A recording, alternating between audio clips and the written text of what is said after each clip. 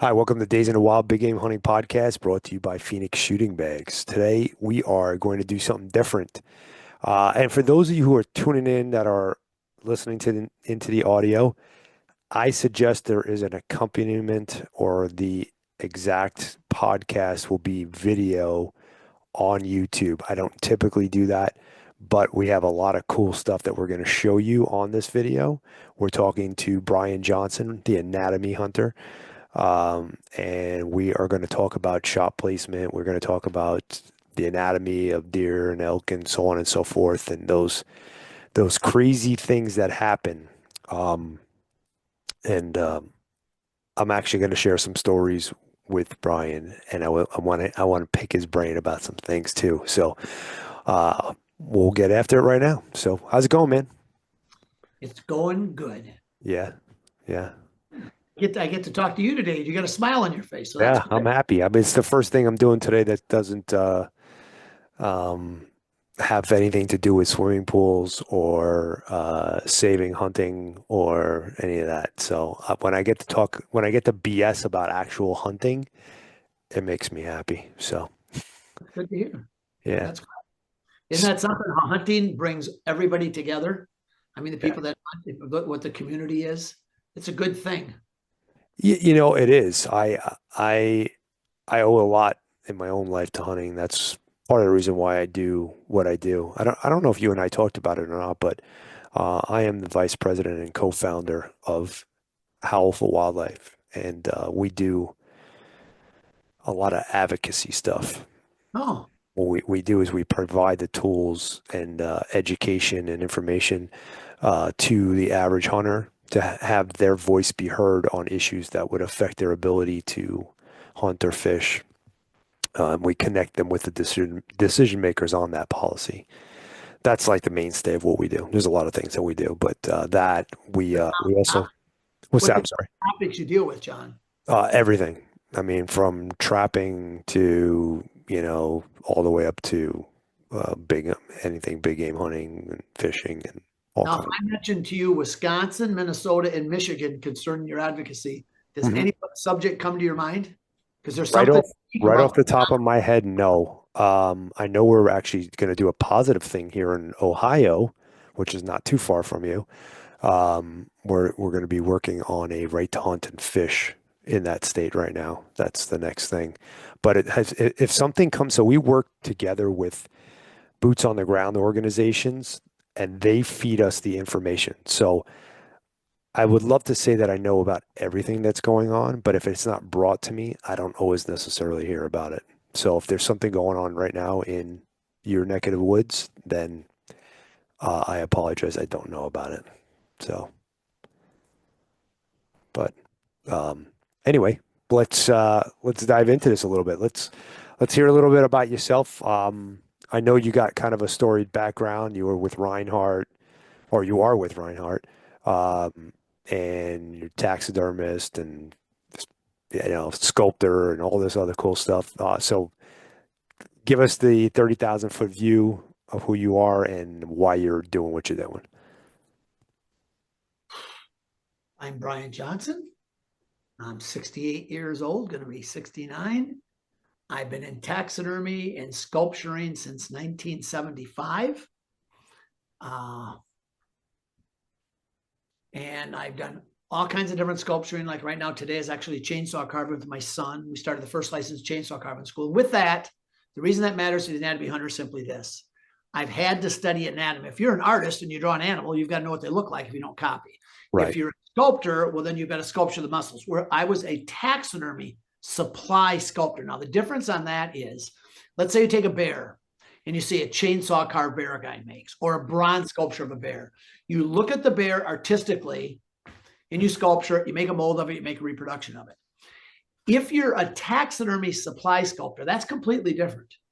I have to take the skin off and I have to take exact measurements. Hmm. I have to sculpture that so when the taxidermist buys the skin fits. Right.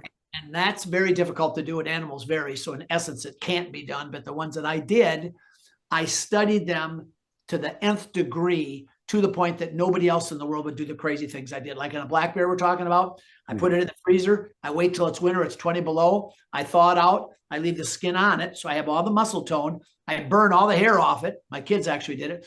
Take it outside, prop it up when it's 20 below. And now I've got a burned bear out in the snow, propped in the position exactly the way that I want it. Lay it down, since I'm a carver, instead of making molds of it, which I make all kinds of molds called carcass casts, I lay it down and I take patterns of it and I actually carved individual pieces and put it together. Okay. So I have all kinds of crazy, original, non-money making things. But that's given me the background that when I did the Anatomy Hunter, it's just like, well, it's just the next step. It's not a big deal. Because if you think about it, you study the outside of the animal with let's take a bear with the fur on it. Okay, so now you've got to take him and you've got to take his clothes off. Now you have the carcass, and that's what a taxidermy one is. Now the Anatomy Hunter is just the next version in and doing what I call the bear in the bear. The fur bear, the carcass bear, the organ bear inside all that. Okay. So, kind of crazy, kind of complicated, over the top, but that's what I've done for. Yeah, well, that's what brought you to, this passion that you have right now, and it gives you unique knowledge on how to help us out all be better at what we want to be better at, and that's putting meat in the freezer and taking home game. Yeah, my specific goal, and which when you say who I am, this comes into this, is my goal is to take 150,000 deer that are crippled right now every year. But that is what my goal is. Now, part of my passion for that is, number one, I believe God called me to do this, but I raise deer in my living room. Mm-hmm. So I am not a bloodthirsty killer. I mean, the killing process of when we kill one is actually, and I had a guy that was a super successful hunter says, you know what, Brian, it is kind of sad when we kill him. And I believe from a Christian biblical viewpoint, I have the correct understanding of how that works. Mm-hmm. But he's right. The killing part is sad. Like I'm going bear hunting and they're going to have a death moan. I cut the death moan out. I'm thrilled when I hear it because I know I've got him, but it's sad hearing that. And that's all part of the circle of life and all these things, whether you're religious or not, how you view things. But when I raise deer, because again, for me, I wanted to be the best whitetail expert in the world as a taxidermy supply sculptor, sculpturing mannequins that you have deer heads mounted. We made a pen. We bought fawns. We got little tiny fawns. We put them in our living room with plastic down, and we raised them on bottles in our living room all the way up. So every night I would go sit in the pen, and they'd come up and literally step up on my lap, and I'd feed them, and I study their muscles, and I do that with every animal. If I was Orchow, you got a dog, I'd be running my hands all over it. You think there's something wrong with me. But so I know when I go out and hunt, I want to kill that animal and not wound him. And I'm a bad shot. So I don't have a record of saying, be like me. I would be a hypocrite if I said that because I'm a bad shot. That's why I take 20-yard shots. I take easy shots because of that, but because I don't want to cripple them. Mm-hmm. So that's a personal motive for me. Nice. So, yeah. It's good. It's a good way to be. Yes. In fact, with that, if I can say this, John, one thing I know here we're going to go, but this is one thing I want to implement. I brought this up. I just did a podcast a week ago with Mossy Oak, and they liked it. Generally, everybody else I told, they don't like the idea. Okay, take a look at this. If you're going bow hunting, you want to shoot a Pope and Young buck. If you've never shot one, that's a goal, right? If you get one, then you want to get a bigger one. And I want to set a goal like that of this. I haven't come up with a name for it. I haven't implemented it yet. I guess it's cart ahead of the horse. People tell me 5 arrows leave your bow. There's 5 dead deer. No follow-up kill shots, no misses, no cripples. 5 for 5. Because with that, with me not maybe increasing the recovery rate, but maybe reducing the cripple rate of telling the person instead of saying, because I know how I am. When I get a deer there, I'm waiting all year to get one shot. The deer's going through an opening. Do I shoot or not? Bam, I shoot. I react. That's who I am. Mm-hmm. But maybe if we could get that started, maybe some people would just say no.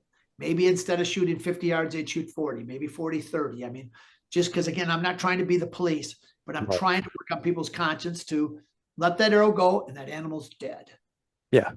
Know what you're doing. Don't hope that it's going to do what you're doing.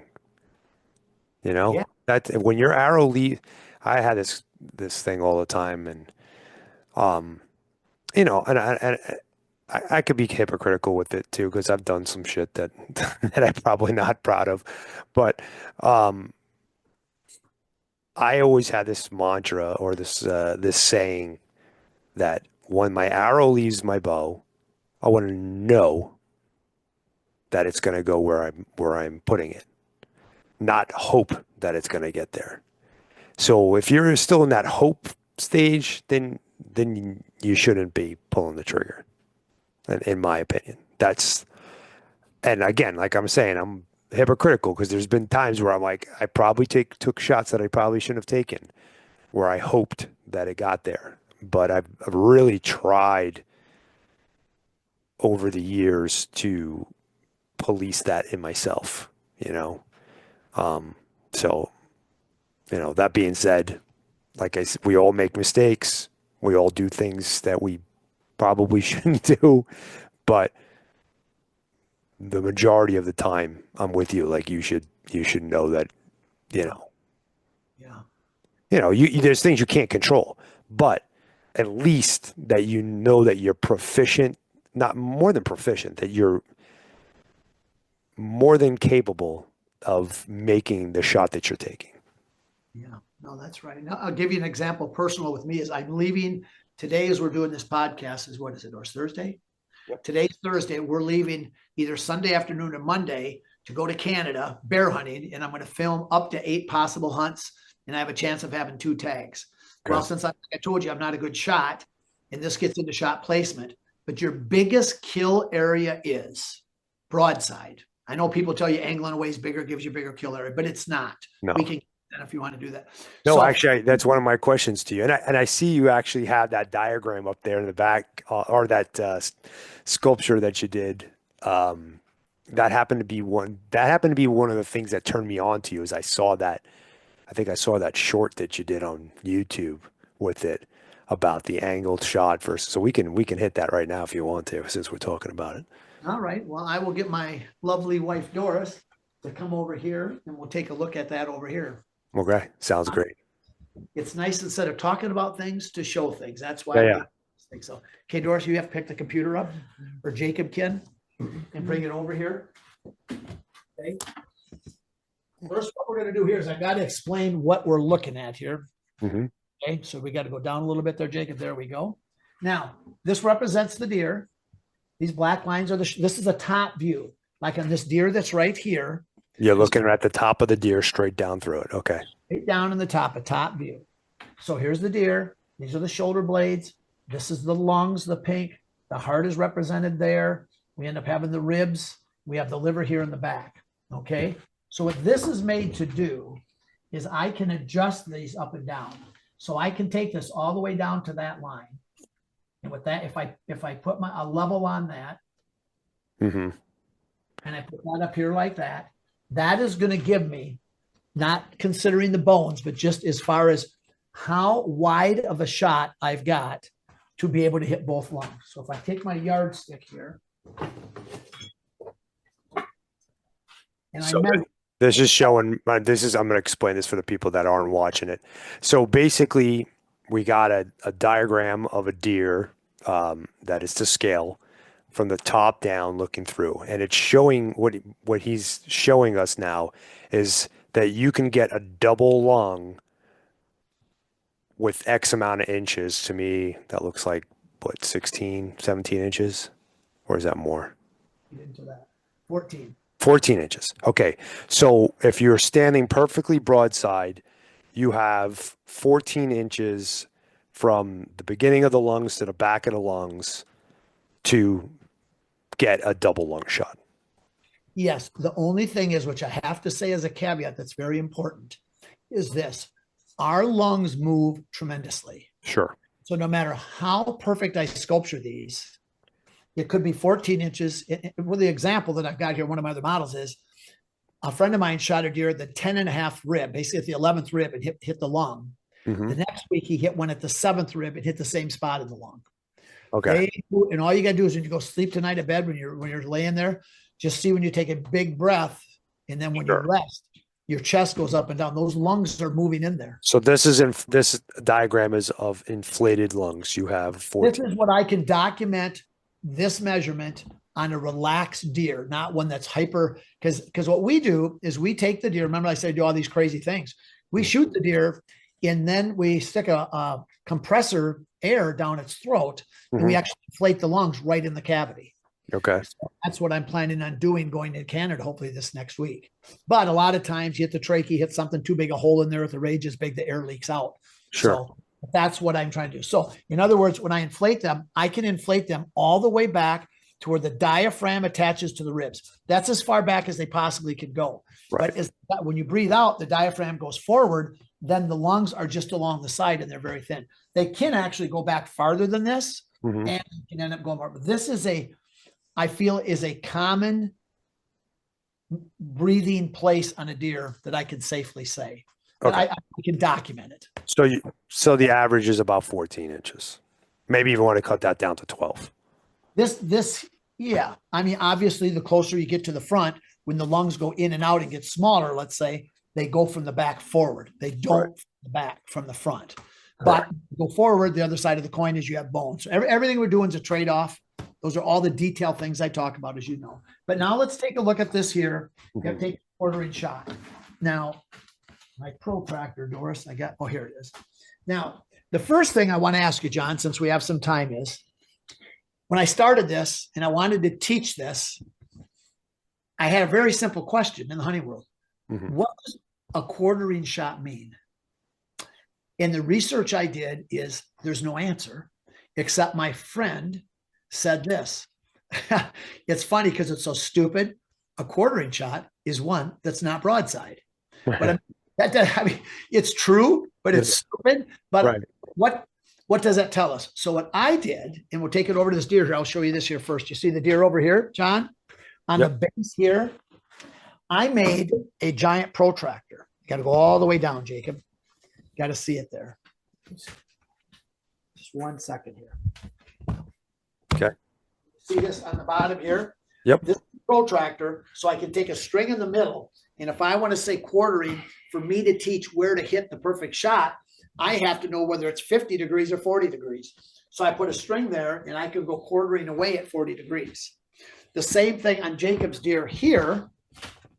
I put illustrated here. I made a protractor custom made to fit this deer here. So I can put it here. And then I can take, let's say, an arrow here, and I can put that to 45 degrees. Sure. Okay. And I tilt that down there so you can see it. Okay. Yep. Or I can go back to 30 degrees, all the way to 0, all the way there. So that's the first thing that we had to come up with. What does quartering away mean? So the general thing I think that most people think, my wife's real big at, it means 45 degrees. But so in that sense, I guess we all have different things. So for me, quartering means everything 5 degrees and on, that's not perfectly broadside. So if it's not at I guess that would be 180 degrees to me. So every degree, 5 degrees, I'm sorry, any degree after 5 degrees to me is quartering. Okay. Like everybody has, I guess everybody has their own. Yeah. And I'm trying to, a lot of these things, I'm trying to bring it down to, honestly, common sense, basic carpentry. Yeah. I mean, if you ask a carpenter that lays out a house and stuff, they're going to have a corner angle that cuts over 27 degrees or whatever it is. They use it every day. Right. But for some reason in the hunting world, we haven't gone that far, but there's never been anybody teaching pinpoint perfect shot placement.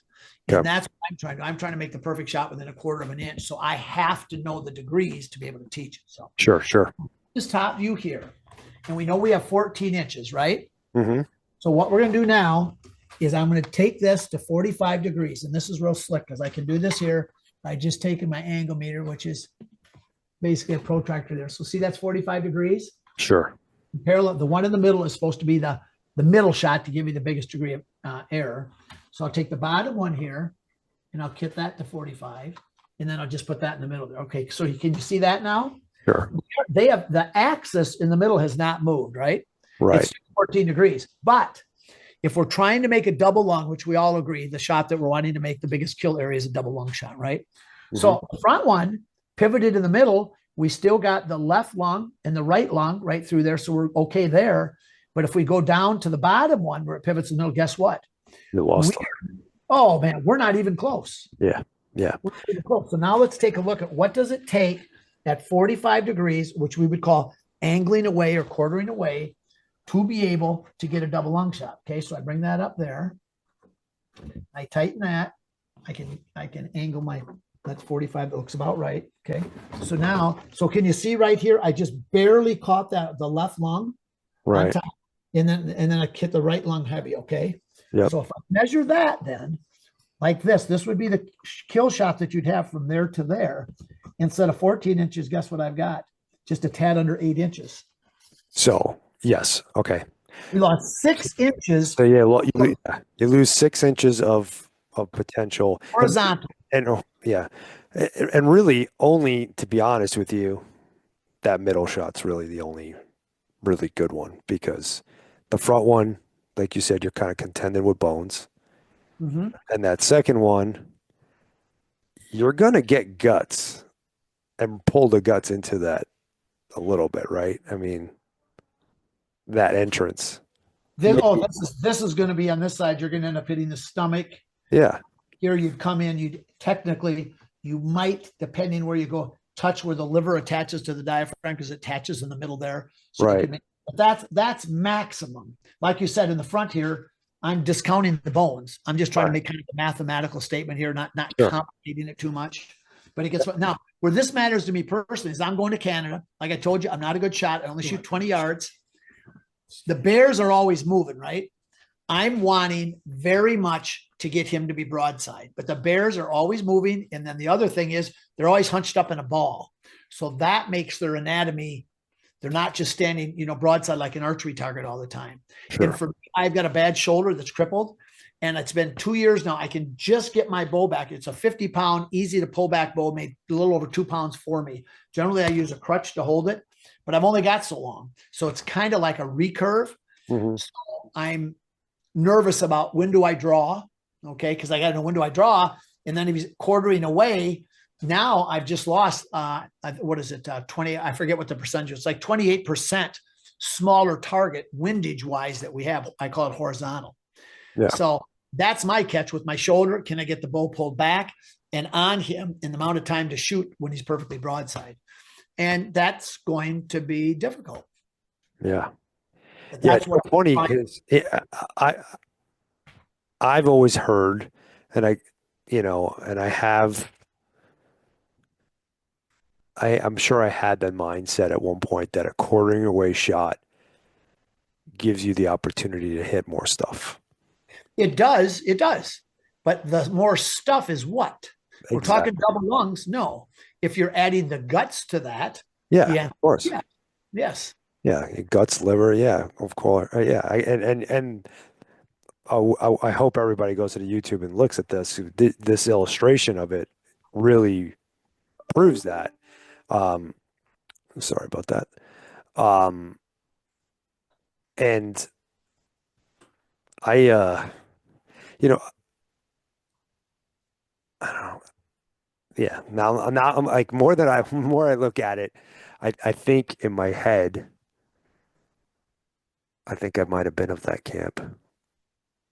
You might have what? I didn't catch it. I might have been in that camp of shooting, preferring a quartering away shot versus a broadside.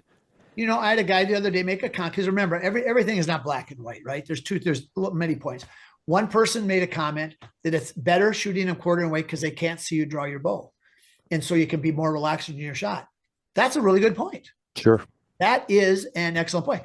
If you are a crack shot, in other words, I hunted with a guy in Texas. I actually had a ranch when I wanted to film him. He's a champion ASA shooter. So he can put that arrow on the animal. He's got all these animals around him all the time within a quarter of an inch. Okay. So if I could do that, I would say angling away, and I knew where to put that arrow, because that's a whole other subject we're talking about there, where to put it. But if I could put it where I want and I knew where that was, I would say the angling away shot would be better because of that point. You can draw it and the animal's not watching you. You're not all of a sudden you're drawing it back. Like with me, I have to take my bow and put it up in the air and pull it like this and come down. Off Skydrow. Okay. Yeah. Yeah. And so there's a good chance I'm going to get spotted. They're going to be looking at me. I'm going to go to shoot. They're going to drop. So that quartering away has Definitely, it does have, it has its advantages. I mean, listen, I'm gonna tell you right now, I've always been of the camp that if I have a shot, doesn't really, like, if I have a shot and I have a pretty good understanding, maybe not as good as I thought, uh, given this diagram that you're putting up, but I feel like I have a good understanding and a pretty good track record, um, that I'll take the shot. I take frontal, I take quartering to, quartering away, as long as I feel like it's a shot that I can make. You know, I'm not going to just willy nilly take it. I don't just shoot at anything that I see. But what I'm saying is, like, it was back when we first started this conversation. If I know that my arrow is going to go where I'm aiming, and a lot of it has to do with body language, and if the deer knows that I'm there, or whatever game that I'm hunting knows that I'm there, or doesn't have an idea, or is feeding, or head down, whatever the case may be, I take all that stuff into play. Um, yeah, Randy Olmer and I had a very good conversation about that on my podcast some years ago about string jumping and all that stuff too. So like all that stuff comes into play, um, and how the distance away I am and all that stuff. So, but um, I I definitely look at this and I'm like, I might start rethinking some of that. Although not that I've had a bunch of loss, I haven't. I've had a few. I'm not gonna lie, but um, yeah, that's an interesting. now one other thing. If you see this here, you see Hmm. the here, this comes in to make a big difference. If you know the liver sits on the right side of the deer, Okay. that can change your equations of the shots that you make because this gives you a little bit, quite a bit bigger area if you come through the guts and you hit the liver and a one lung. Sure.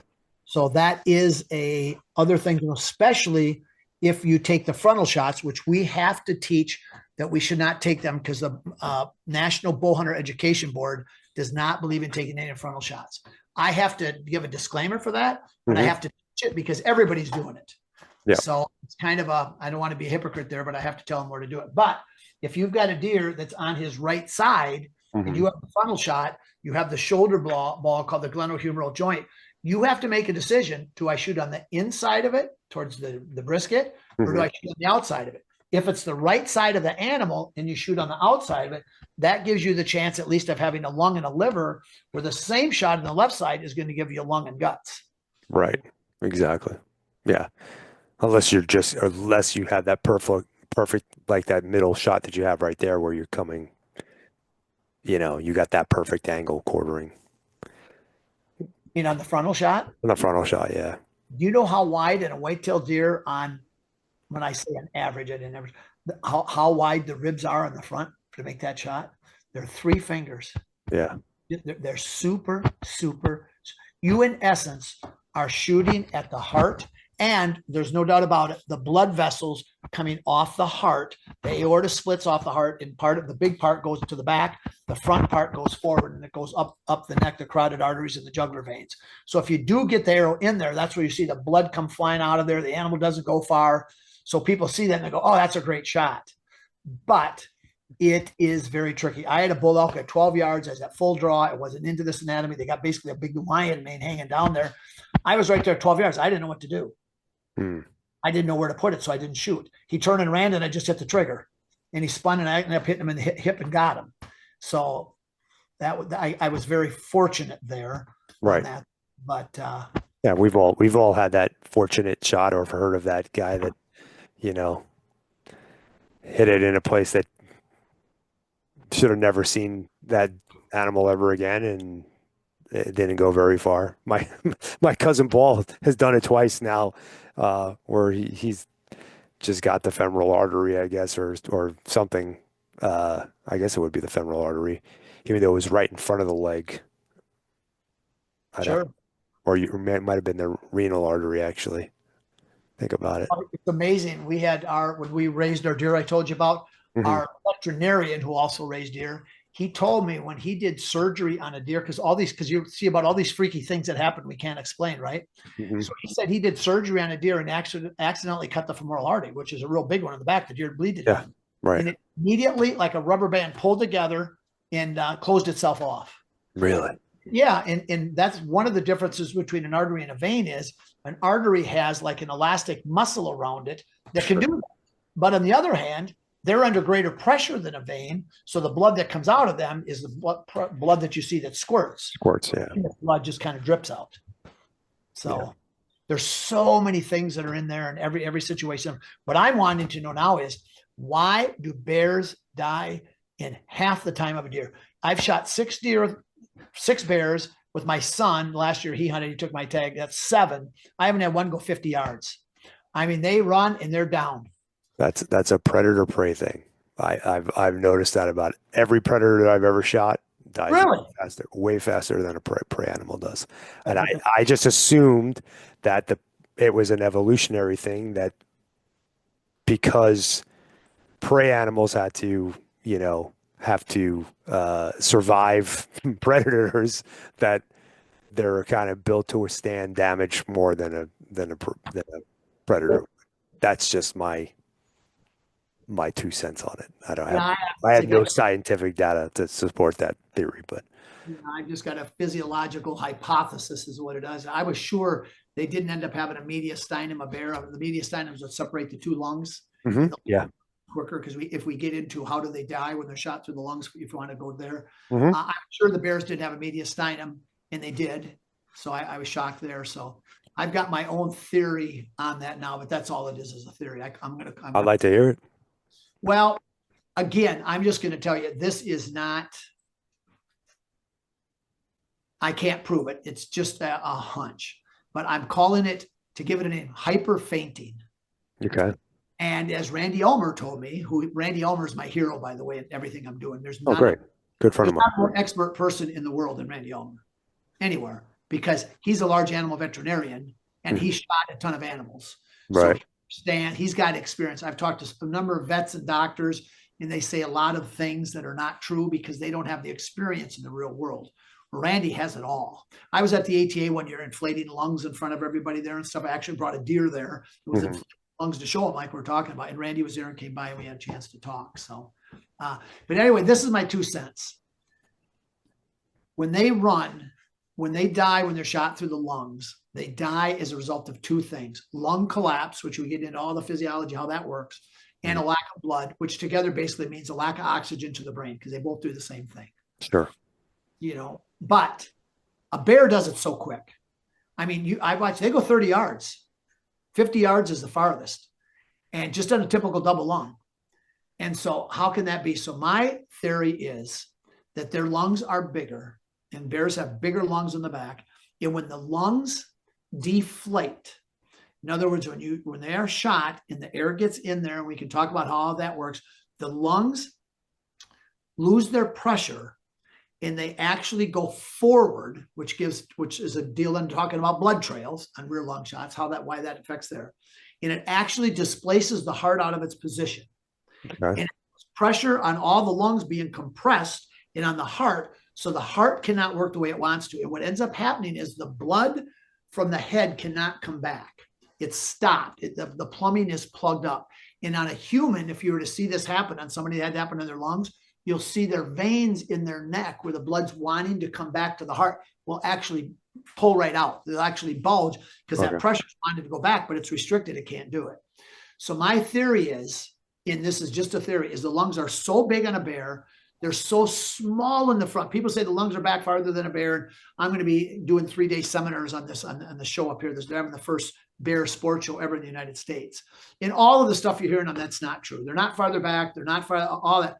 They're shaped different is what it is. And in essence, they're real big in the back compared to a deer, and they're real small in the front. So my theory is, and this is based upon just this, those lungs in the back, when they collapse or partially collapse, they're so big, they put all that pressure on the heart. They put that much more pressure there that it restricts the blood flow right now. And they do what I call hyper faint. Just like if you get a lack of oxygen, you stand up real quick, you can faint. Right. Because watch this. After the bear goes down, the blood is still pouring out of them. Mm-hmm. It's like in a deer runs, the blood comes out, they fall down, they try to get up, they flop a little bit, and they're done. They Right. don't, the blood just keeps squirting out. And the bear has the death moan. Now, Right. a theory on that could be like a chicken that runs with its head cut off. That's based upon its spinal column and its nerves that is still sending that reaction to the rest of the muscles. So that is one theory that a veterinarian told me on a bear what they think it is. Mm-hmm. But it's so quick, and they are down now. So they can't bleed to death that fast. So the only other thing in my mind that be impossible is those lungs just restrict right now the blood flow, and they faint. And so they fainted, they're out, but yet they're fainted, but they're not dead. And then the heart is still pumping, which is why the blood's coming out. They're still breathing, which is where the death moan comes from. So It's definitely an interesting theory. well, that's all it is. Yeah, no, I could see that. I just anecdotally, like I said, um, I find that prey animals have a greater desire to live or a greater desire. Like once they've been wounded, they try to survive harder than the predators.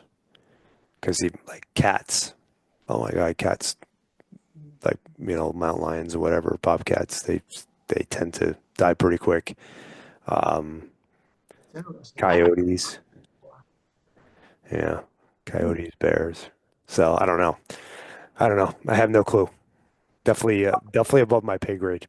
Well, I tell you what, I was at the ATA this last January, and the guy who would be considered the doctor expert. I mean, there's Randy Ulmer, of course, there's a number of them, but his name is Jack Frost. He was one of the first guys in the Oh yeah. Slam Club. He's from Alaska. Mhm. I've been doing this anatomy for so long. I've talked to him for years. And so I texted him on the bears recently. And I talked to him at the show there about some deer that have been double lunged and lived that are documented. Sure. And he knows that I'm into this. And, I don't have a medical background, but I'm really wanting to know. I'm like the little 2-year-old kid. Why daddy? Why daddy? Why daddy? And he said, Brian. And this is a medical doctor who's considered maybe the expert on anatomy and shot placement from the medical world that's been around forever through the National Board Education Board. You know what he said? There's things we just never are going to know. Right.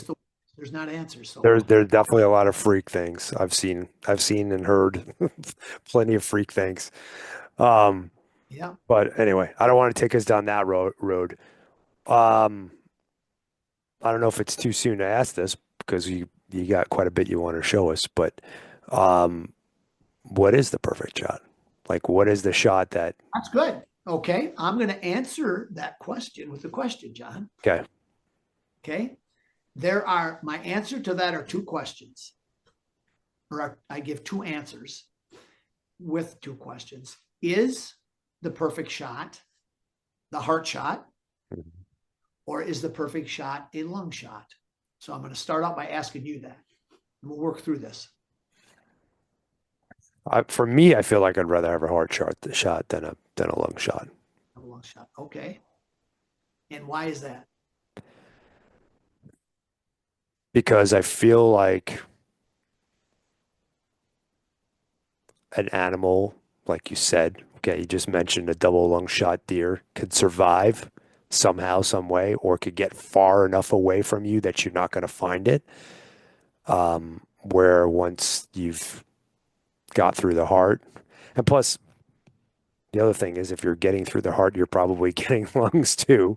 So I feel like you're really not getting away when you're hitting them in the heart. So that's probably why I would go with that. Okay, so that's good. We'll talk about that. When I was down at Mossy Oak last week, they found a person or knew a person that shot a deer, and they cut it open. There was a broadhead in its heart. The farthest distance that I've ever had a deer go that over 100 yards was shot through the heart. It went Really? 200. I've never seen that with a lung shot. So let's go through and try to explain this so it makes sense. Because my whole deal, John, isn't for me to give an opinion. Sure. My opinion, there's no sense of me being on this podcast. I have to bring some facts, some evidence, some truth to the situation. That's what my project is called the Perfect Kill Shot Documentation Project. It's documented. Okay, they can be shot through the heart, And a lot of people will tell you, in fact, I think most people will say a lung shot will die quicker than a heart shot. Now, the quickest kill shot there is, and we're not talking shooting them in the brain or you spine them and you drop them, anything like that. But as far as what we're talking, the heart and the lungs, is what I call the fire hydrant shot. Okay. And that is on the top of the heart, instead of being the muscle of the heart, which is the muscle, instead, the blood, they're the pipes, they're the plumbing. Sure. And the biggest one is the aorta, and it comes off the front of the heart. It comes up and it splits. The big one goes to the whole back of the deer. The front one goes to the whole front of it. And everything basically comes, those are the main two things that feed the blood supply to the animal. If you cut that off, now you still got the heart pumping. So you've got all that muscle there, and you cut the top of the fire hydrant off, which is why I call it fire hydrant shot, and it just explodes. I mean, I shot a deer one time. I hit the humerus bone, so it exploded, went into the heart there, and it was gross. I mean, it's over right now. Mm-hmm. But that is, so again, if I was you, and I could make that 1/4-inch shot, and I knew where it was and I could do it, would I take that? I absolutely would, because it's easier to take in some sense than a lung shot, because you've got anatomical pieces on the deer to give you some reference of where to aim, where the lung is kind of an area, it's bigger. Now, so that is what I call the quickest kill shot, the fire hydrant shot. Now, I have what I've defined the perfect kill shot.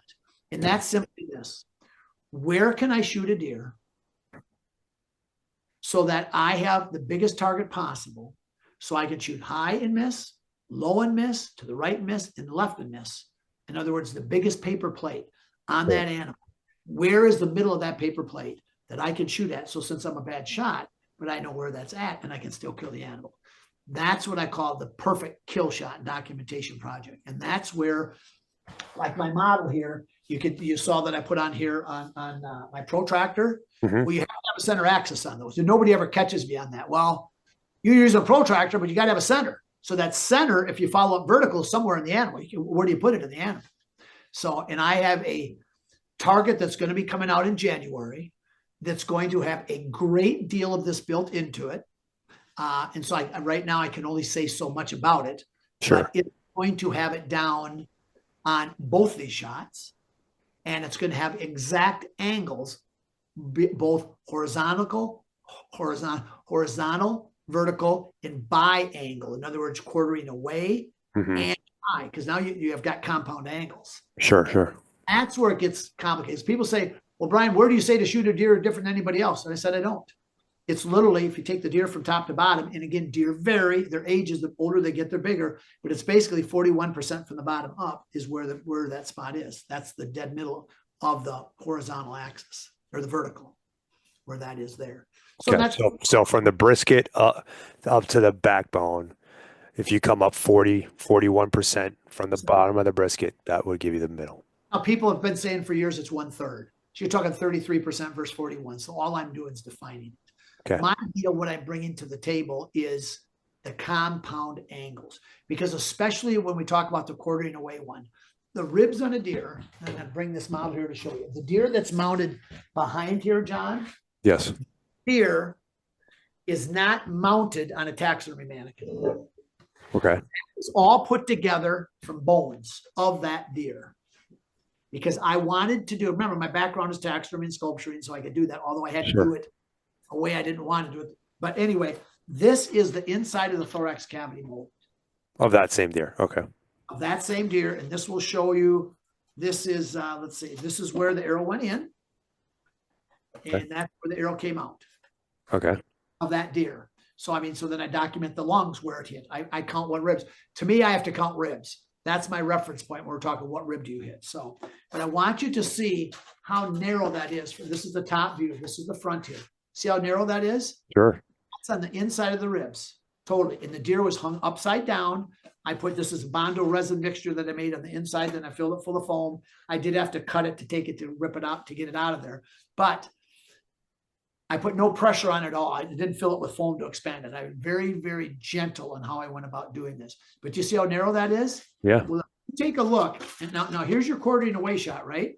Mm-hmm. So and right here, it looks thin. But in the live animal, the shoulders, you take the shoulder roast off a deer, the scapula, sure. that's a muscle in the front. So on the deer, instead of it being indented like this, it actually sticks out bigger. So Right. you shoot them right here, quartered away, perfect. And I've seen it on TV over and over. They'll put it right there. They got him. Perfect shot. And I go, oh, you can slide right on the outside of the rib cage right here. Hmm. Right on the outside because it is so narrow. And guess what happens? They can't figure out why they didn't hit them. That's how come I'm quartering away shots. When I've had my models I've done in the past with the organs in them, I've had people shoot them Hmm. almost to a person, almost 100%. People shoot too far forward because we're glued into shooting right behind the shoulder. Right. Just like on bears, you could shoot bears back farther. I know when I go to Canada, my muscle memory, I'm going to shoot that bear farther forward than I would want to because I just know that's just in my mind. That's where I've shot him. That's where it's at. I go behind there. I see it. The pin hits it. Bang! I fire. So Makes sense. I could go back. Yeah, that's all. Because I'm saying I'm a hypocrite just because I know I should shoot back 2 inches farther doesn't mean I will. Right. Right. I want to get back to one thing. So the heart lung question that you asked me, isn't it pretty darn hard to hit a heart without hitting lung? Uh, on the top part of it, in the lungs surround the heart. That is Yeah. true. So for the most part, you are right. What happens is if people use big mechanical broadheads or they hit a bone there and they only penetrate the heart and they don't get the other lung. But And they got a single lung and a heart, and it then you're dying. You're not dying of any, because remember, they die for two reasons, basically lung collapse and blood loss. So right. they're dying just of blood loss. So then it's where you hit him in the heart. I know a taxidermist, he shot a deer in the heart. He didn't get it for 2 days later. Took him 2 days to die for him to get it. That's crazy. But think about what if you hit the bottom of the heart? You're just hitting a muscle.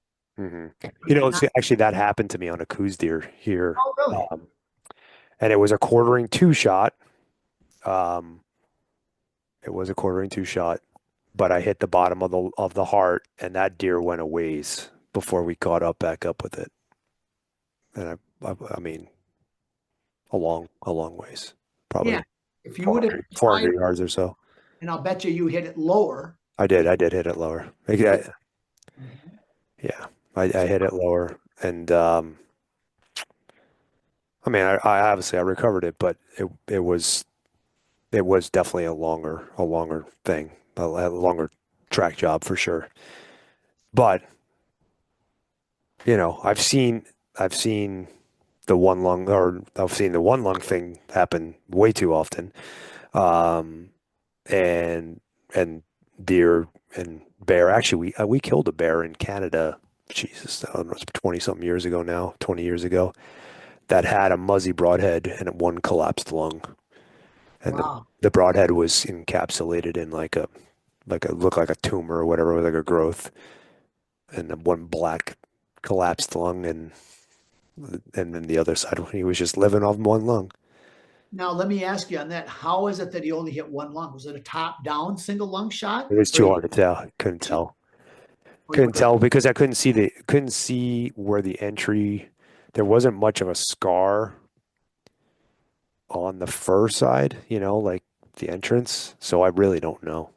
see, those are the things that I'm wanting to document. I mean, that's just like, I know a Yeah. guy that his wife shot a deer, a perfect shot, late Mhm. season.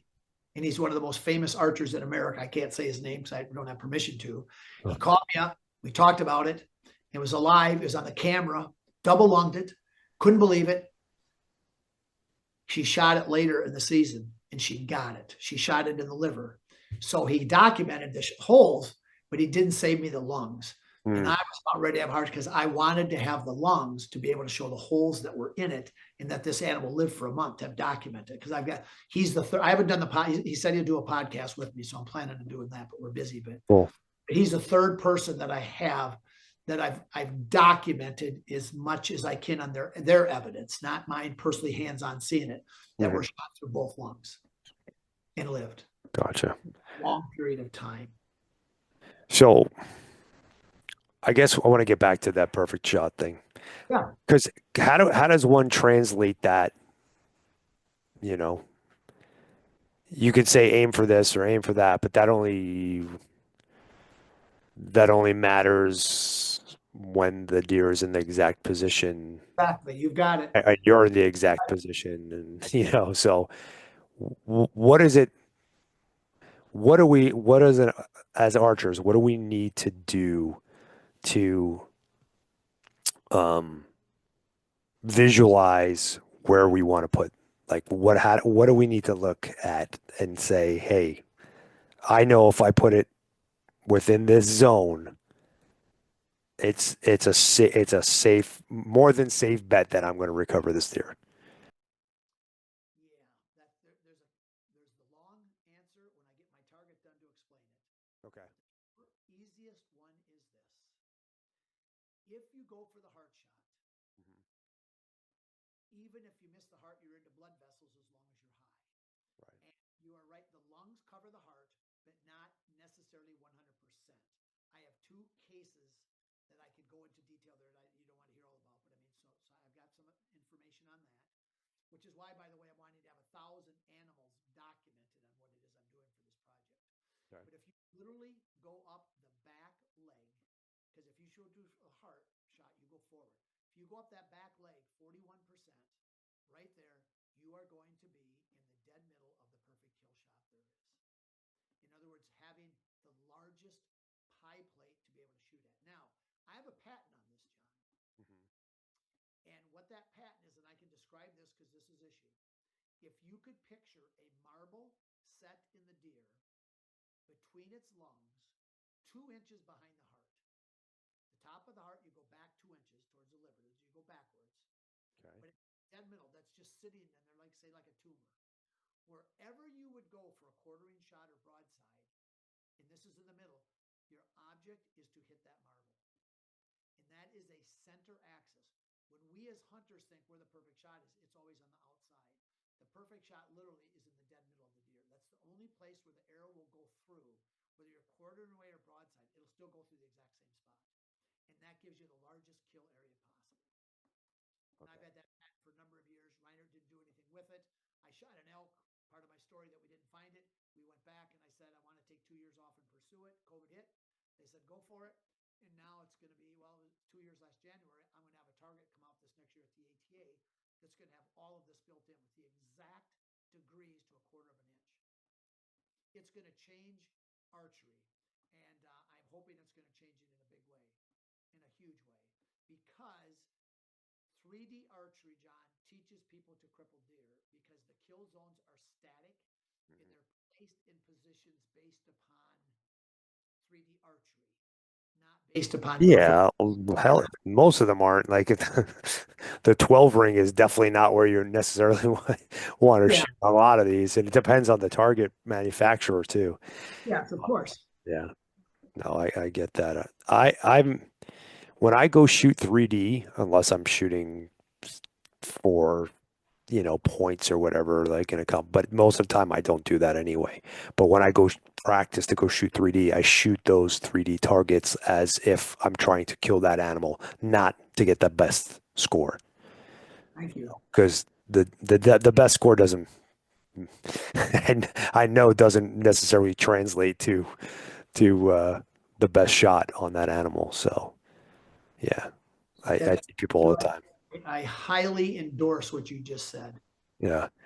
I am looking for this video. I'm trying to send you. I want to send you a video.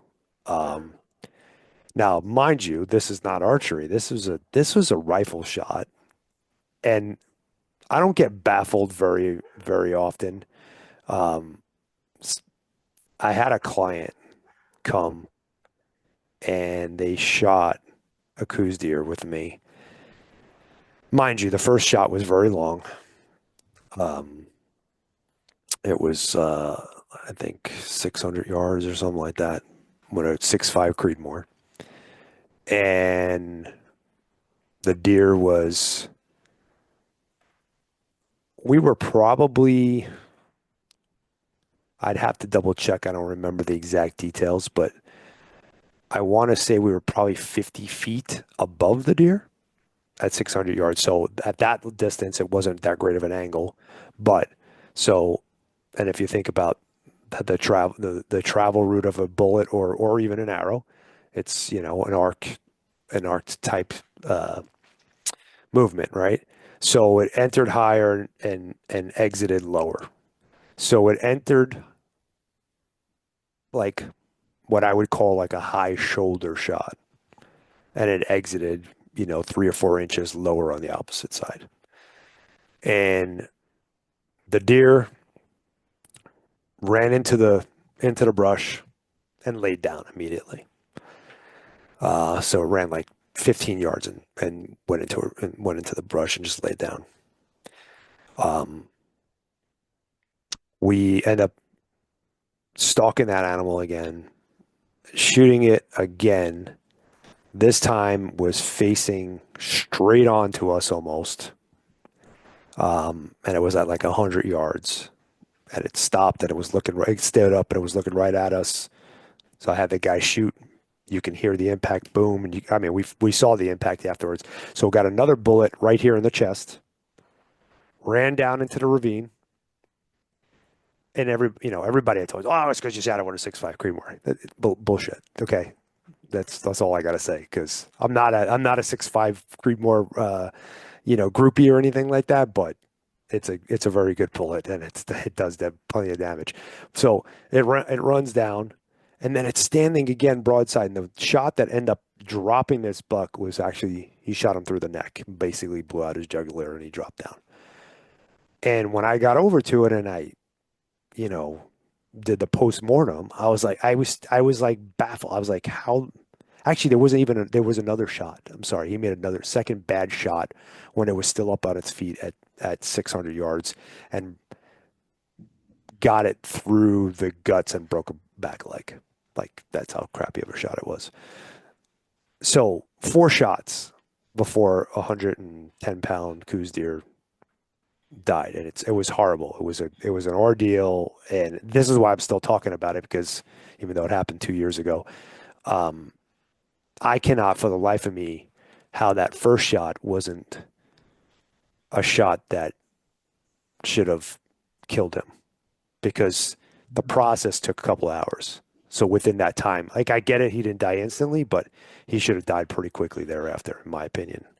And had hole in the lungs, had holes in the lungs, didn't hit the heart, but it was alive.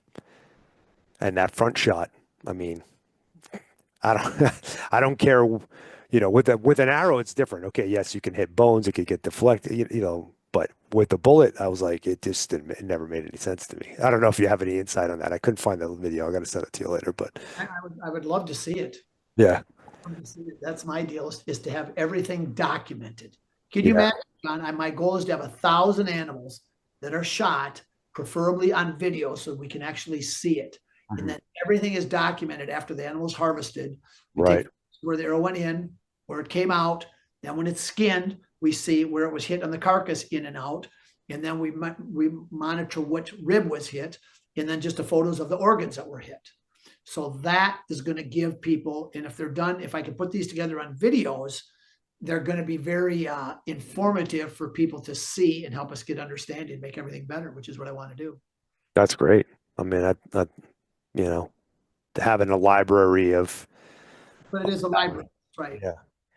Yeah, there was an app some years ago that was fairly good, but it went away. I don't know. They probably couldn't figure out a way to monetize it well enough, but um, you can show like you can pick your angle from how high up you were and show like how to where the arrow would hit, and it would give you like okay, hey, okay, wait 20 minutes. Da, da, da, da. It kind of got to give you this thing. It was kind of cool. It was neat. I had it. It was like a shot simulation deal. Obviously it's uh, it's going off of how you remember the arrow hitting because you don't have the deer in front of you. It's a tool for you to help you locate deer, But um, I don't know. Were you familiar with that? Did you ever see that? I mean, you could spin the deer around. You can pull off layers and see blood vessels. It was kind of cool. Deer and deer hunting had one. That's probably that Maybe one. that's what it was. Maybe it was theirs. Deer and deer hunting had one. Yeah. Yeah. Yeah. I don't know what they do. I did a podcast and TV show with them. So I Yeah. don't know that they're doing that No, still. they're not doing it anymore. I Yeah. don't know. Probably was not successful for him. everything's about the almighty They dollars. had, I believe they sold to the National Bowhunter Education Boards. I think where some of it ended up at. Okay, cool. They had that done, yeah. So that's all. We're just trying to take things to the next level, is all, and trying to document it. That I'm not going around trying to just give my opinion. We're trying to get the facts out and to show things. So, in fact, on that bear, just to let you a little commercial is, I'm hoping to give away a free Reinhardt bear target the end of July if people submit their bear hunts, because the bear season's just starting right now. Oh, cool. Force, yeah. So I've got to do my little thing for my followers on there for them to try to record that. I talked to a guy that owns an archery shop today. He's taken 5 guys up here in a week. Nice. They're all going up with cameras. So Very cool. yeah.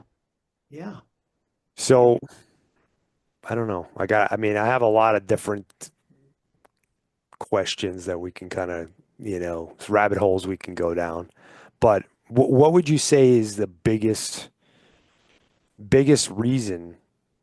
We probably should have started the podcast off with this question. What do you think is the biggest reason that hunters lose game? I want to know the answer to that. And I've tried to ask some questions and I don't. But let's just admit the obvious. There's people that go in the woods, that pick up a bow, they go there and they just throw arrows. Yeah, So that's true. I would honestly say, John, if I had to give you, but this is just an opinion. Again, I want to have evidence, facts. I don't have it. I think it's attitude. Mm-hmm. And when people just say, all I've got to lose is an arrow, and they don't care about that animal, all kinds of bad things are going to take place. Mm-hmm. And so that's where, to me, having the right attitude and the right ethics and caring about the animal. And if I could do the deal about, like, if I could somehow make it a trophy instead of a Pope and Young, I let 5 arrows go and I've got this award. I got 5 dead animals. I didn't need a follow-up shot. I spined them or anything. Right. Get a word for that. Did that. If I could set that up as an objective, as a goal for people to say, I want to be like that guy. That's what we need, is we need to set some, not standards. I don't believe, I'm a conservative. I don't believe anybody legislating this, but I do believe in working with a person's heart and trying to motivate them. Sure.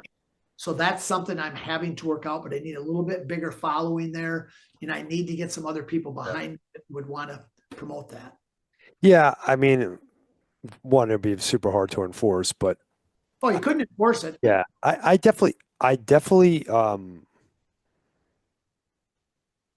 kind of of the camp. I feel like there should be a code of ethics among a lot of things, not just shot stuff. There should be a code of how you conduct yourself out there. I know it's a little off topic of what we're talking about right now, but um, you know, there's a lot of times I think that would minimize some of the conflict that we have if everybody was just like, hey, I'm gonna kind of follow this code of ethics. Um, I know, I wouldn't be in the position that I'm in right now. Like I've had situations where glassing points or whatever that have left bad taste in my mouth, I guess. But yeah, a code of ethics that encompassed a, shot placement, not necessarily placement, but shot choice. I don't think would be a bad thing at all.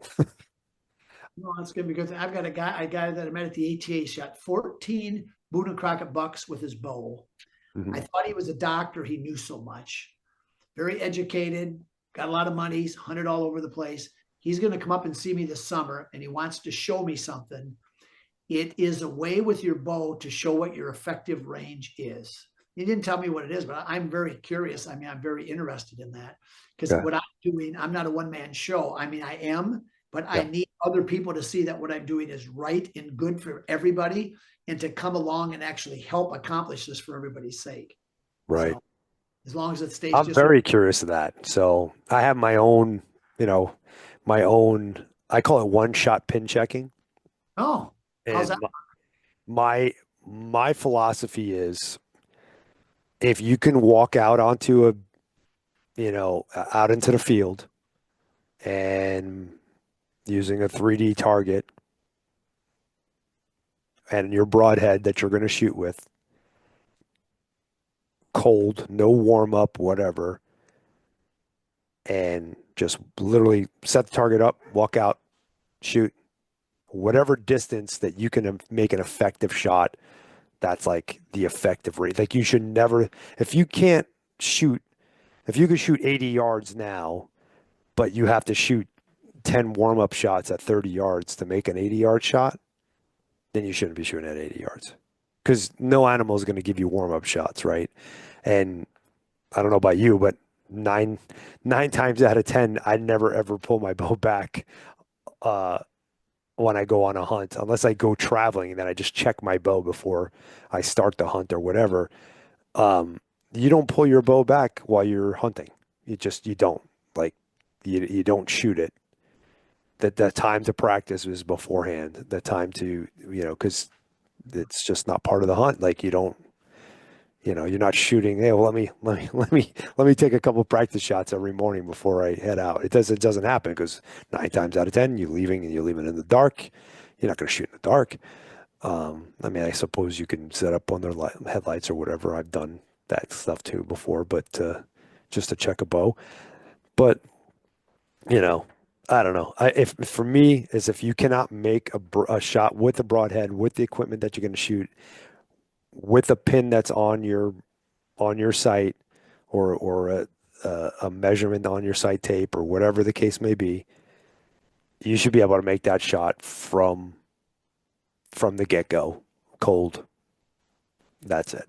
There's quite a few people. I don't know if you know who Robbie Denning is, but great guy. Runs Rock Slide, which is a hunter, Western hunter forum.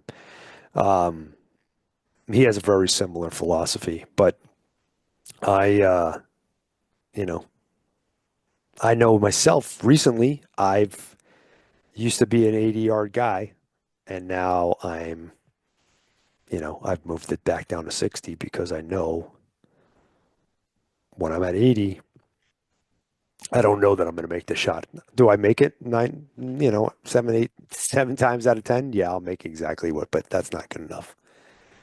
You know, where I used to practice at 100 to shoot at 80. Now I'm practicing at 80 to shoot at 60, but cold bore, I'm not going to shoot at 80 right now just because I'm not there. I don't have the time to be that proficient.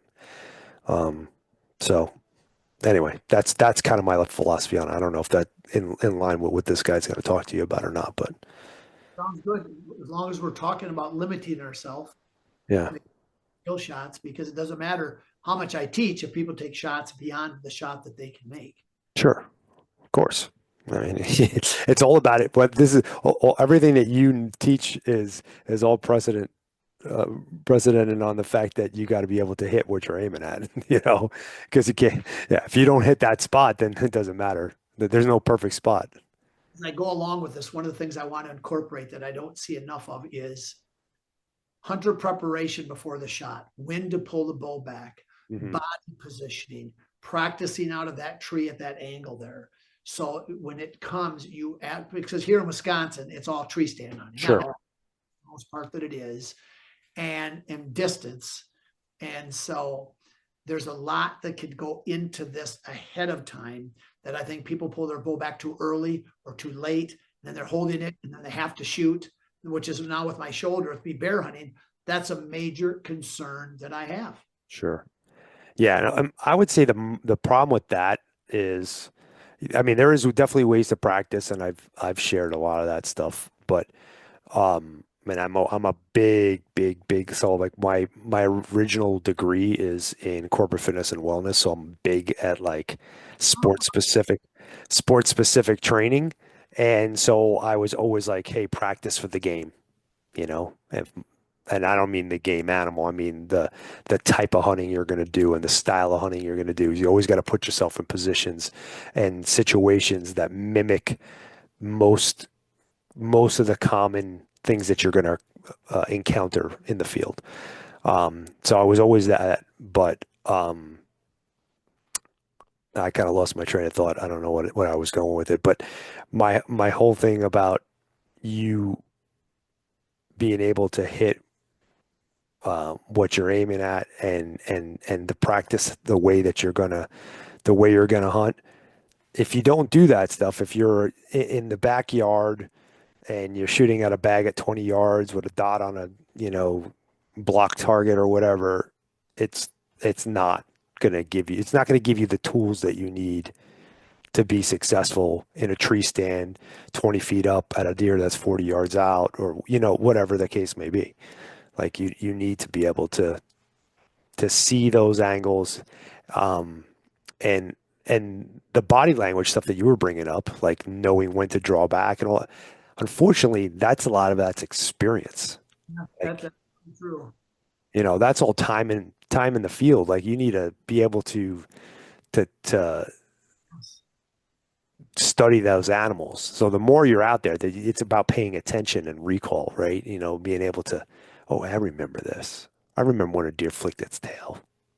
There's some stuff you can learn about in the books or whatever, but like a lot of it's just knowing, and it's a feeling and watching and being able to I've really, got mentors. My son lives about 300 miles from me. Like I've got 6 kids. They oh, grew up Jesus. hunting all the time, and but they never, besides my daughter, they never got into it that much. Now they're doing it more casually. So now he's getting into archery. We're going to go out elk hunting in Utah together this fall, and Nice. you've got to get a mentor. You've got to get somebody around there, just because you become by who you are around, Hmm. and around somebody, how it is they hunt, how everything it is they do, you'll pick up so much more than having to go through it the hard way. So, and Yep. I've got him that he's found that just shot a lot of animals, and they're becoming friends, and he joined an archery league. So then we're going to be going out. The only tag, can't get tags hardly anymore, so we're going there to get a cow and a spike tag. Is what we're supposed to get. So Okay. August in Utah, so that's going to be terribly hot. But we're going to limit our shot, where we're going to go, what we're going to do, and but like you, Nice. making mistakes. But if you've got other people that have been there to help you, like honestly, going to 3D shoots, you find so many people that are into archery so much and into hunting. You just learn so much. Hmm. Yeah, It's such exactly. it's a good sport. It's good for people being outside. Like my grandson's coming tomorrow. He lives in a big city in an apartment building, and I raised all my kids. We're right in the middle of boondocks. I mean, we live in the most wilderness spot in the state of Wisconsin. I was thinking today, Doris, we've had on our front deck, and this is the truth: fox, Uh-huh. bear, bobcat, and I'll bet you nobody else in the United States did this, elk on Oh, our deck. that's All awesome. on our deck, and we've got photos of them. The fox ran by quick, but the bobcat was just bedded on our deck. We had him there quite a bit. So, and elk, we have elk here where we live. So That's that's awesome. in the middle of nowhere. There's no people out here. It's pure wilderness. But and then my kids end up some going living in a big city. To me, in a mousetrap in an apartment building.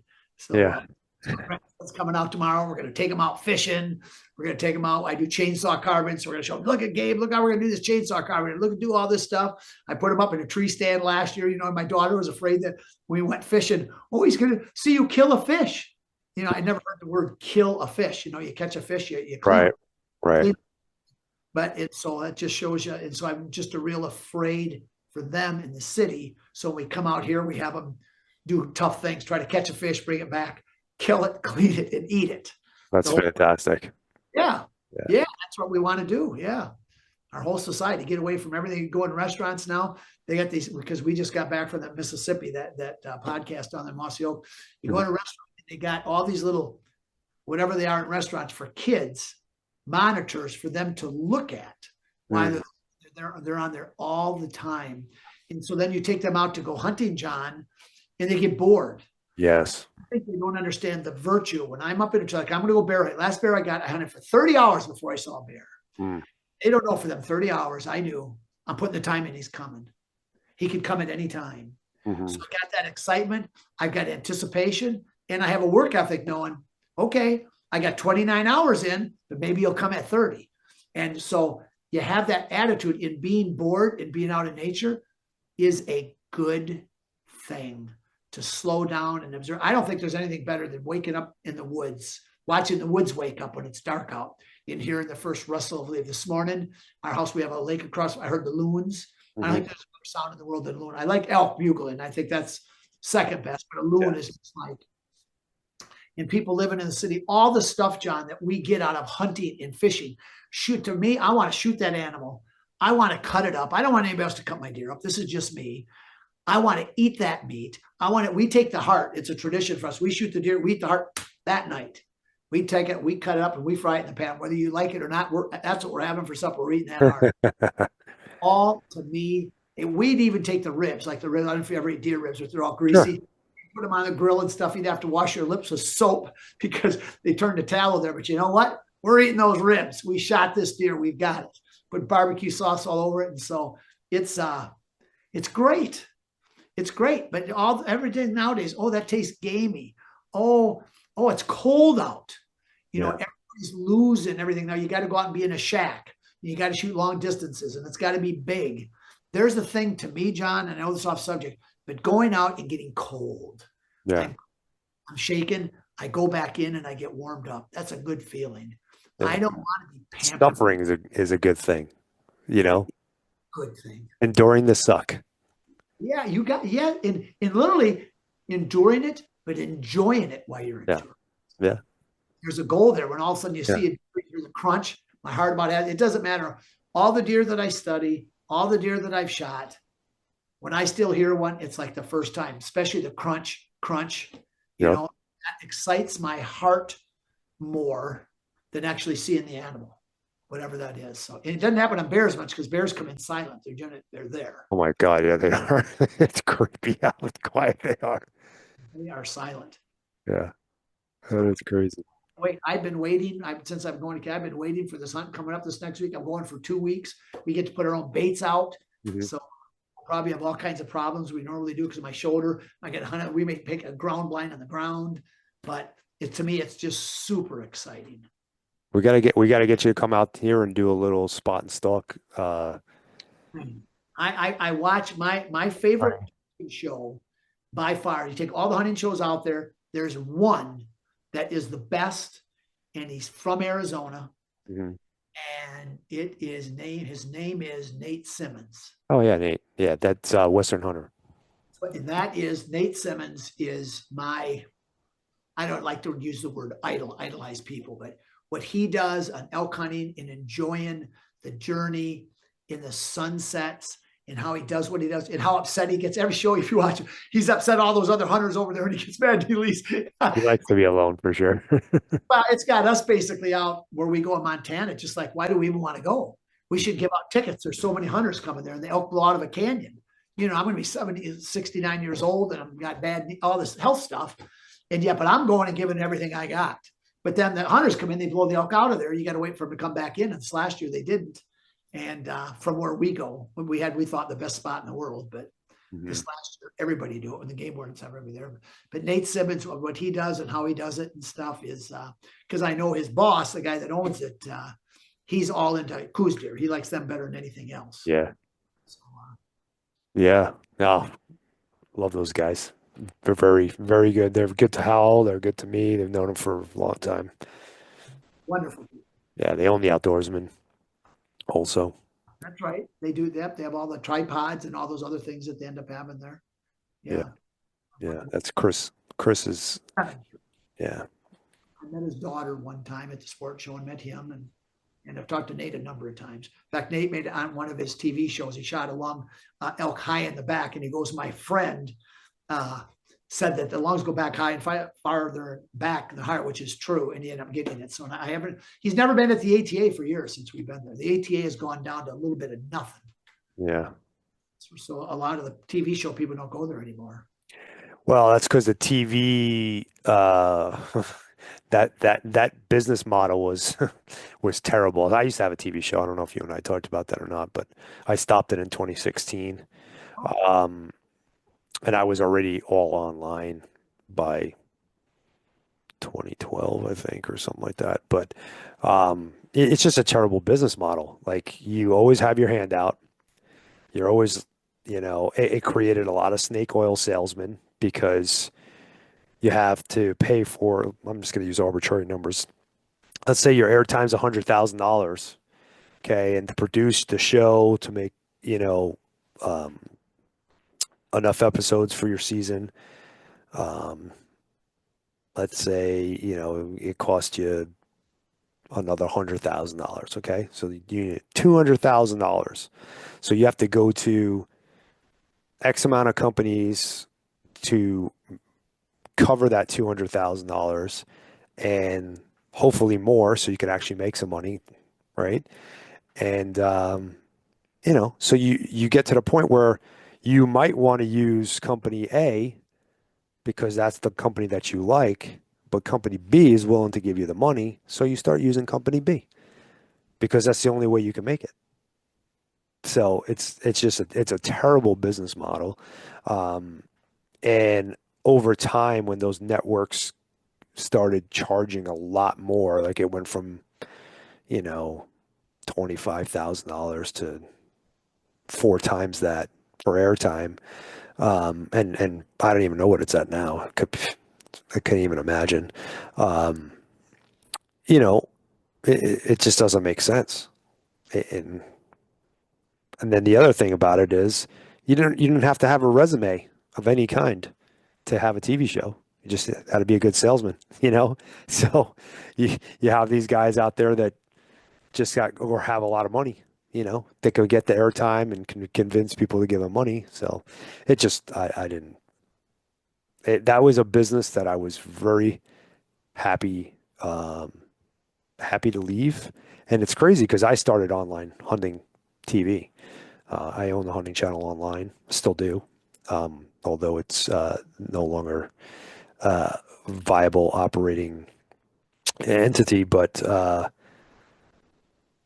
you know, I was all about it. Like that when I was a younger man, when I was in my early 20s, late teens, um, I was looking for ways to be better. And I looked to the guys that were on TV because originally, in my mind, before I got into that world, those were the experts. You're on TV, you got to be an expert, right? Like, so, um, I was just hoping to learn stuff, and that was kind of like what I did to model my TV show. And I mean, heck, I've been doing this podcast now for almost 20 years too. So I got into this before it was even a thing. Um, and I got into it for the same reasons. I wanted to learn from people. Like this show was originally called Interviews with the Hunting Masters. And it wasn't because I thought I was a hunting master. I was interviewing the masters of those different trades, those different species, those different tactics, the style, whatever. And so I can learn, I can absorb, and I can be a better hunter. That's what I wanted. The same reason why I have you on, because I think you're an expert in what you do. Like, that's it's not because I know better than you. I mean, I have some stuff to offer from anecdotally, but I haven't done nearly the research that you have done, or the or the clinical or in-field work that you've done with it. It's crazy. So, um, anyway, I'm just rambling now. No, no, it's been very interesting to listen to you, what motivates you, because you've been at this for a long time. Yeah, a little too long. Well, as long as you're doing it and you're enjoying it, Yeah. that's once money gets involved and you have to make it happen. I don't know, like I like to fish, Hmm. but professional fisherman would, to me, man, that would take all the fun out of it. Yeah. Yeah. I can see that. I've actually cut out, like even on the podcast, I had sponsors for this and all that stuff. And now I have one sponsor. I have my my cousin Anthony owns Phoenix Shooting Bags. And he's the only person that I promote. One, because he's my flesh and blood and one of my favorite people. And two, because I don't want to be a cheerleader. I don't want to be out there and be like, oh, rah, rah, just come by. This is the best gift. This is the best thing since sliced bread. You know, there's so many things like I never needed, even when I was making money in the hunting industry through, when I was writing, I didn't do those things for the money. And I always told people when they came to me, they're like, oh, I want to be in the hunting industry. How do I used to get that question. Oh my God, so often. And I would always come back to them and say, listen, find a career that affords you the time to go and do the things you want to do and makes enough money. That's my suggestion to you. Do not turn hunting into a career because Really good, John.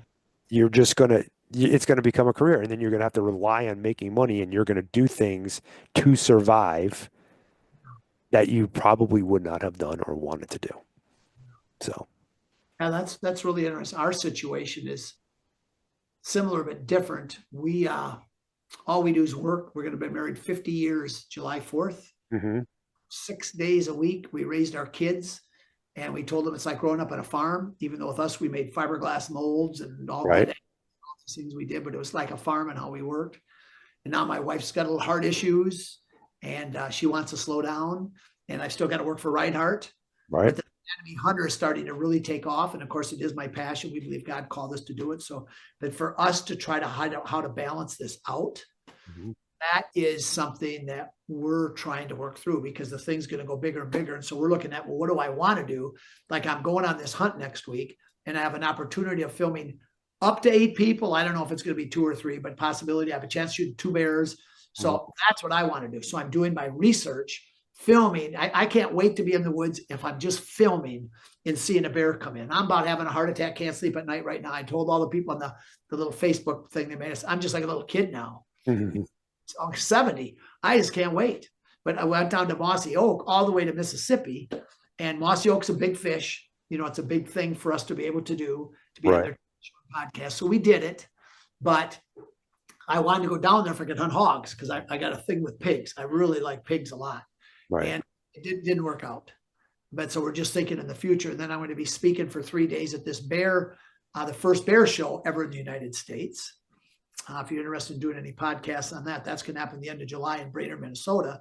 But so that's one reason I'm preparing all my stuff for up there in Canada to prepare for the seminar there for the 3 days. But I can't wait to go there because there's something about bear hunting, even though I know it's not hunting like it'd be spot and stalk. It's not in the same category. But you know what? You're in the winter here. We have Wisconsin. We have winter 6 months of the year. Like Right, right now, it's 80 degrees and the snow just, there could have been some snow here 2 weeks ago. That's the way it right. is. And to be able to go in the woods when it's green and to see a bear come in there in the spring, I just love it. Yeah, that's awesome. Yeah, yeah, I do. In fact, some of the other things we do is we can eat the meat, and bear meat has worms in it. People, they don't like to tell you that. We've had 3 of them with the worms in there. The first one we threw out, we freaked out.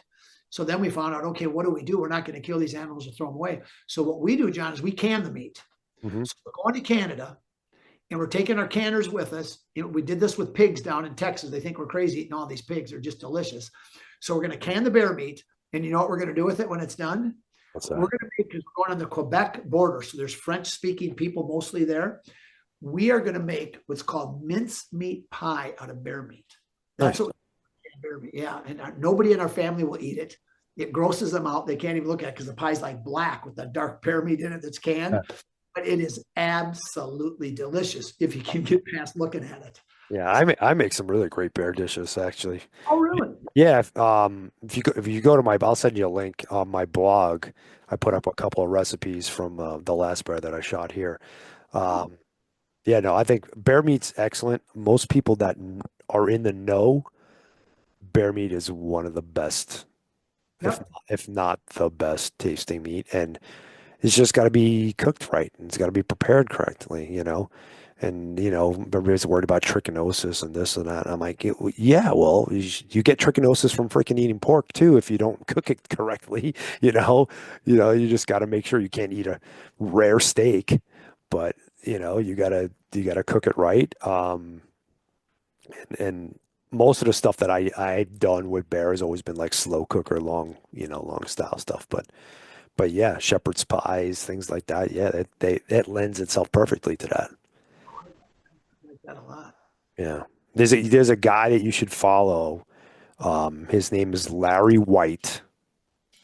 Um, yeah, look up Larry White. I try to remember what his website is, but he's a game chef and he's got a lot of great recipes for all there. And it's very elevated stuff. I mean, he does everything from charcuterie, deer stuff to like, fancy roasts and all these. I mean, and I'll tell you what, I used to be that guy that, when I was a kid, I ate deer and whatever we killed out of obligation, not because I wanted to as a kid.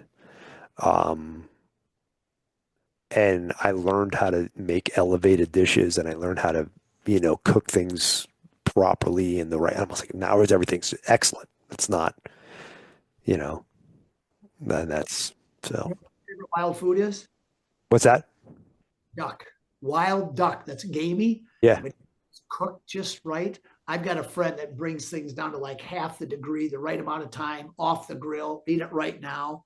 Hmm. It is fantastic. You let it cool down, I half love hour that. later, it'd be gamey and livery tasting. When it comes off, oh, unbelievable. Yeah. Unbelievable how things are cooked. Yeah. It's all about handling. Well, awesome. Well, I appreciate you coming on, Brian, and sharing some knowledge with us. I don't know that I got into it as in depth as I wanted to because I had questions in my head, but we kept going off on these tangents. And it was great. It was perfectly great. Well, good So for I'll me, probably John. have you back on one of these days here and grill you a little bit more. You know what was good for me? Instead of me talking about all this anatomy stuff, which I repeat over and over and over, I Mhm. got to know you and I got to learn things from you. Oh, that's good. I like to teach people. Talk about this, all of that, the filming, all the stuff that you've done in the past. That that's what I like. That's what I like about doing this, meeting other people and learning. Yeah, that's why I still do the podcast, to be honest with you. Otherwise, I probably wouldn't be doing it anymore. It's a huge. Where's your money come from? I build sort of some building, but I mostly repair, remodel, and service commercial swimming pools, and that's what puts bread in the on the table and the roof over the head. So Well, good. yeah, Looks like different hats. Well, thanks for having me on. I enjoyed it. yeah. Thank you. Have a good one. Have a great one, John. Bye. Bye.